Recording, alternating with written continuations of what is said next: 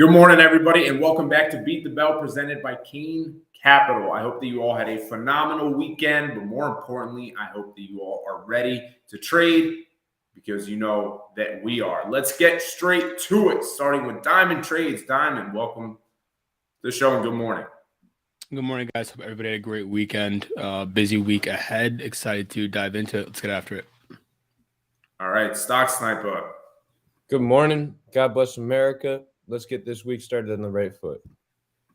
Moe Mamba. Hondo, boys, good morning. Yeah, CPI week, baby. Let's get it. CPI. All right, let's go straight into Fed forecast. Diamond, once again, manning the ship this morning. Oh, Ramsay Rippers decided to show up. Ramsay Rippers, good morning. Good morning. Let's get after it. How you doing, brother? Good, my man. All right. Fed forecast. Here we go. Diamond Trades. Take it away. Yeah, let's do it. Let's start with the economic calendar for this week. So Monday and Tuesday are going to be relatively light as far as high impact news goes. Mo mentioned it Wednesday. We've got CPI, massive CPI print, biggest one since the last one.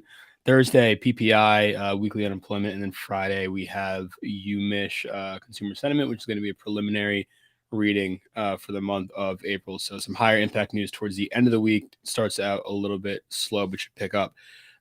Friday, we got the jobs report. So let's touch on that. On Friday, the labor market, or the Labor Department rather, reported that the economy added 253,000 jobs versus the 190,000 jobs forecasted in the month of April, showing that the labor market continues to remain resilient amid elevated interest rates and stress on the banking sector. The report also included downward revisions for the months of February and March, totaling about 149,000. So while the jobs print did come in higher than anticipated, the downward revision for the previous 2 months, so they revised down both February and March, those downward revisions cushioned what could have potentially been a negative market reaction. Fed Chair Jerome Powell has long been vocal about the strength in the labor market as a potential upward pressure on prices through increased wages.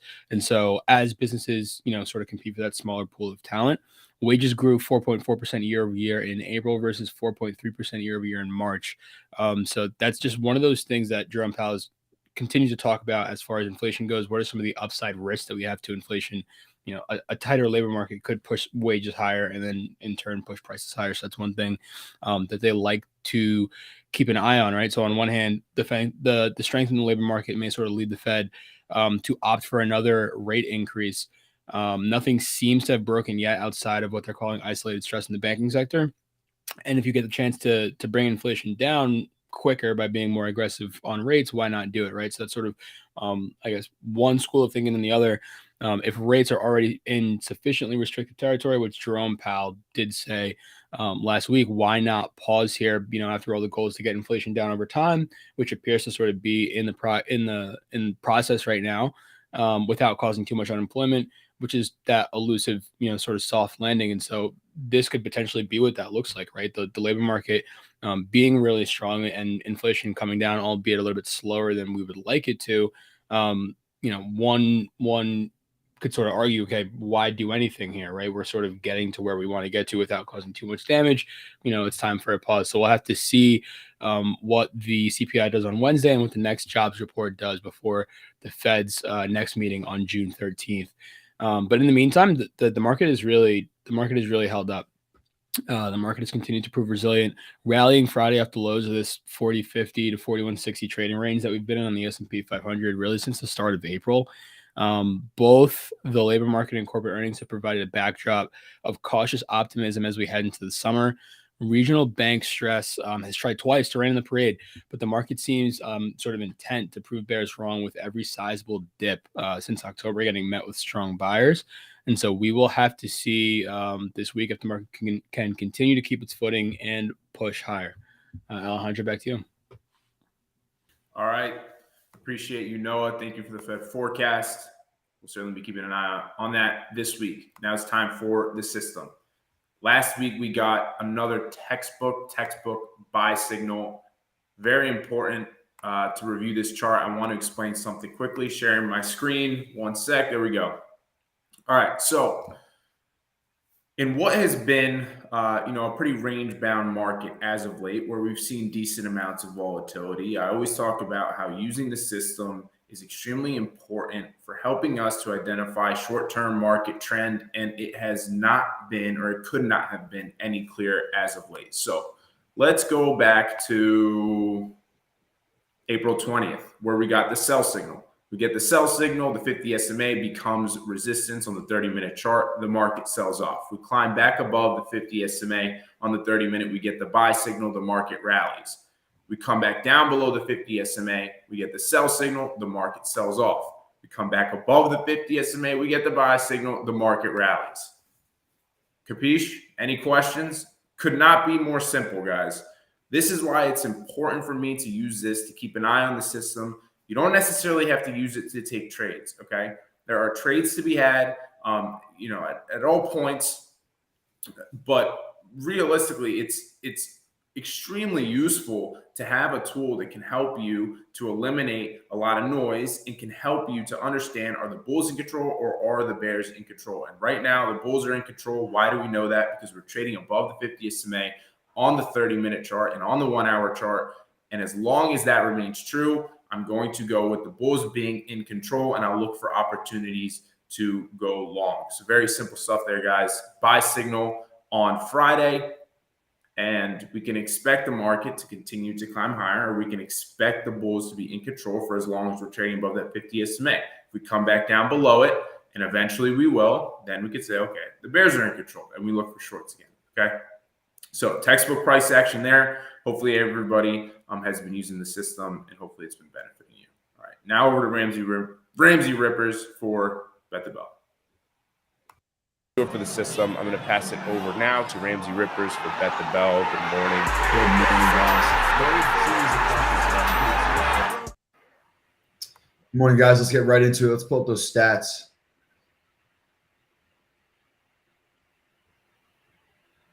Looks pretty unchanged. Yeah, I promise you, dude. I promise. My 20 is never changing. I swear. This has been 20 for like 2-3 months. 20. Come on, Ramsey. Slacking, brother. I don't manage stats anymore. Oh, I don't manage shit, stats Ryan. anymore. Ryan, our producer, knows when the market is green or red. He's messaging in the chat right now. He just changed it. They're updated. Mm-hmm. Let's keep crying. Well, let's also get into green or red today. Indices, Qs, and SPY basically unchanged, down 0.1% going into today. Green or red today, what do you guys got? System and buy. Let's hear it, Noah. I will go red. I think first day of this week is going to be tough. I think ultimately we're going to have a green week, and I think today or tomorrow we'll get some sort of manipulation, and whether that results in a red day today or a red day tomorrow, I don't know. But green week overall for sure. And then today I'll go with red. Alejandro. Green. Let me go with green. Snipe. You know what I've been saying? We're in that 400 to 420 range forever. We're sitting at 412, so we're about right in the middle. But I'm going to have to take red today. And Mo. Yeah, so I agree with Diamond here. It's going to be a tough call. I think it's a chop today. We closed right into resistance across the board, even tech Qs. I was looking at Q's chart last night. We closed right into resistance, but SPY is the only one that's looking bullish to me. So I'm going to go green, slightly green, chop day. I'm expecting a chop day. Yeah, it's interesting you said that. As far as the Qs, we did close right into resistance, that 323 level. That's going to be a little basis of our next question that we'll get into right here. So the Qs, the August high, 332, 333. Let's call it 333.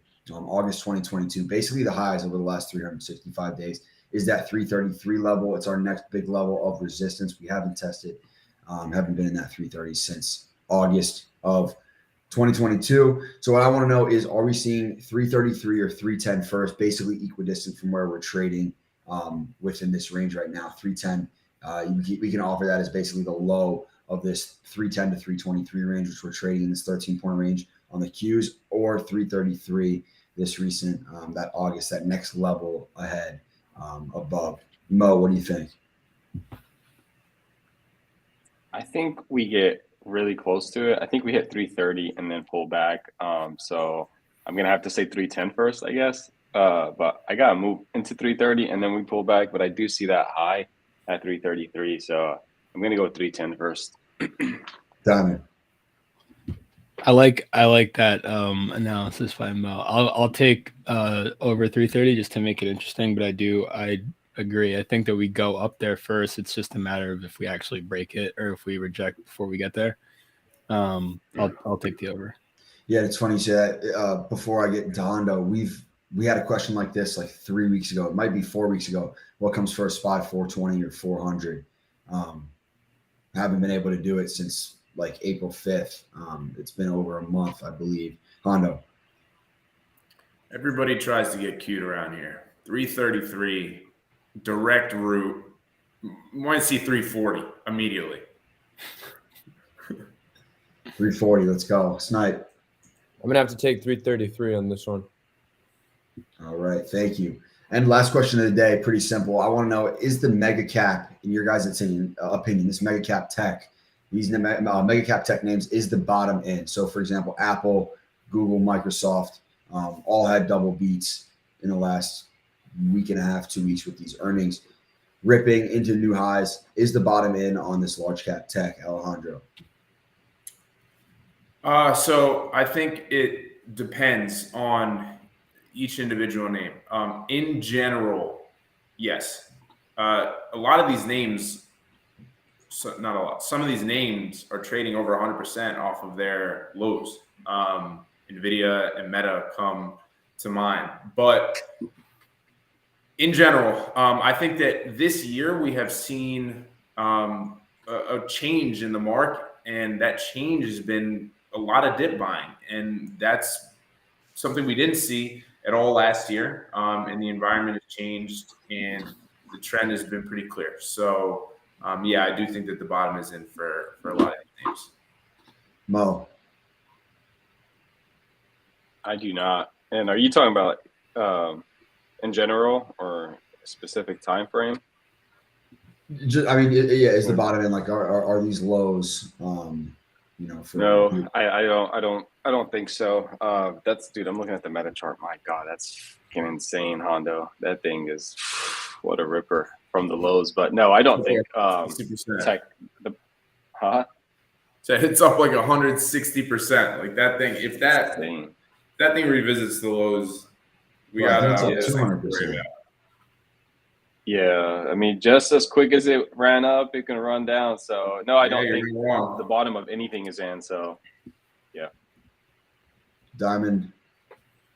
So I'm going to take in between Hondo and Mo, because you have names like Google, who are up 26% off the lows. Like Google could set new lows. We could get like some sort of news or something. Google could set new lows in the next 2 weeks. I don't think it will, obviously, but like 26% is not a ton of a bounce off the lows. When you look at names like Apple and Microsoft, 40% off the lows, it's going to be like a little bit tougher.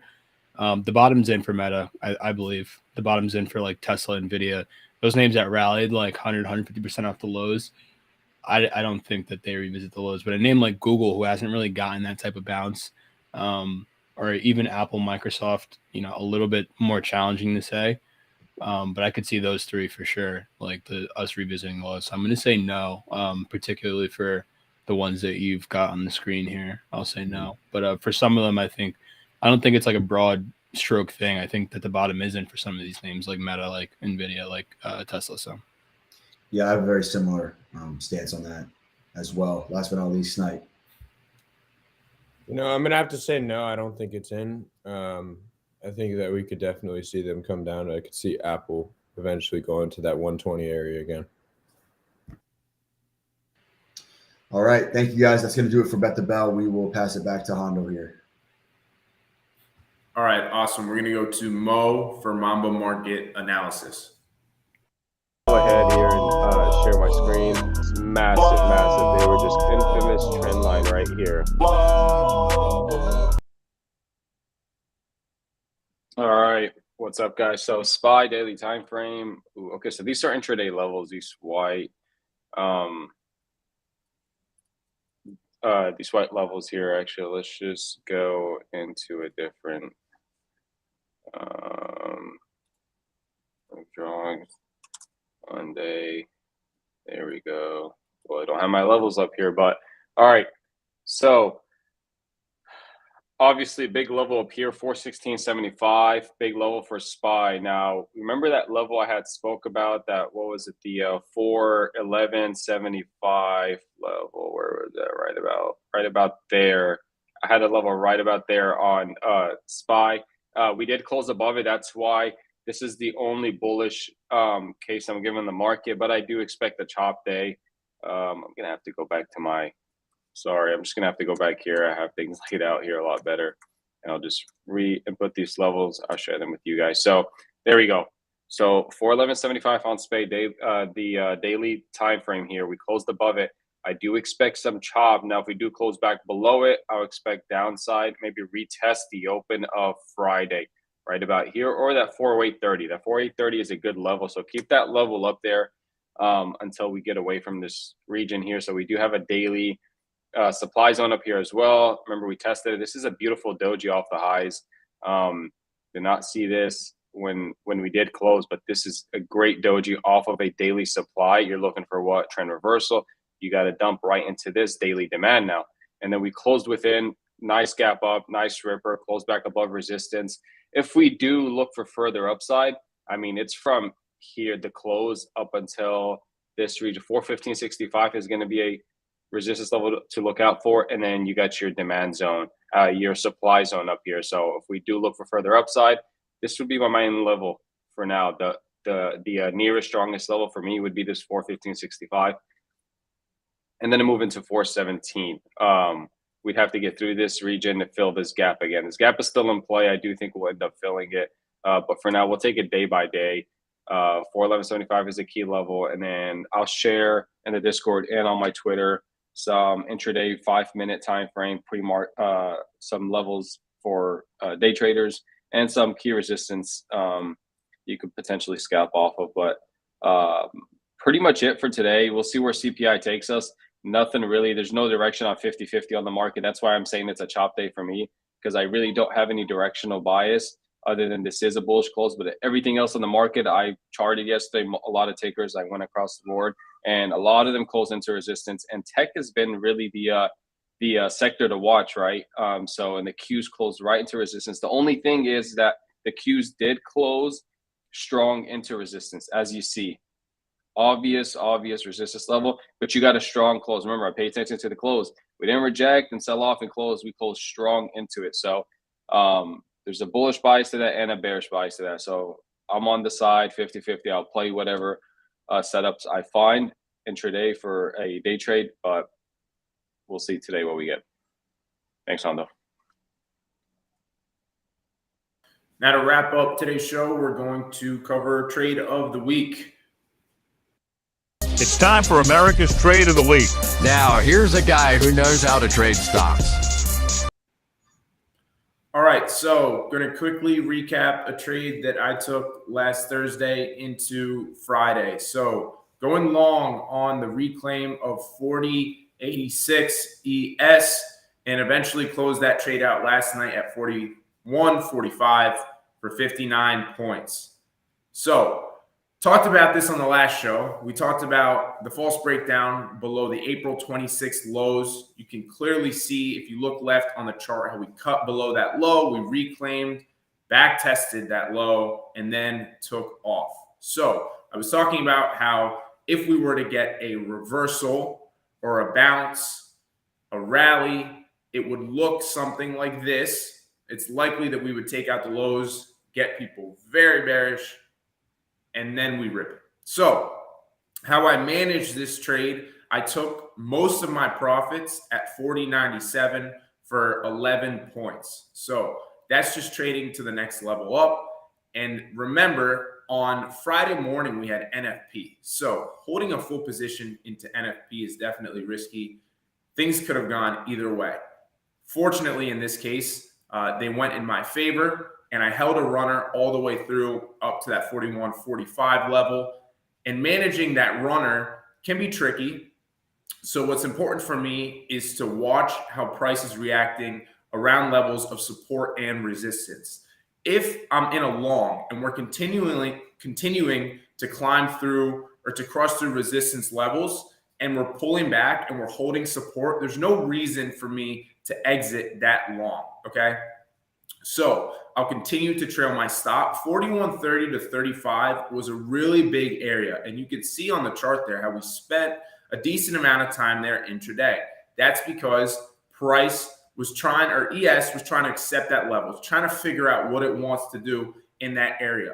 And all that I needed to see was that 41.30 to hold. If 41.30 would have failed, I would have exited my position with my trailing stop, still in profit.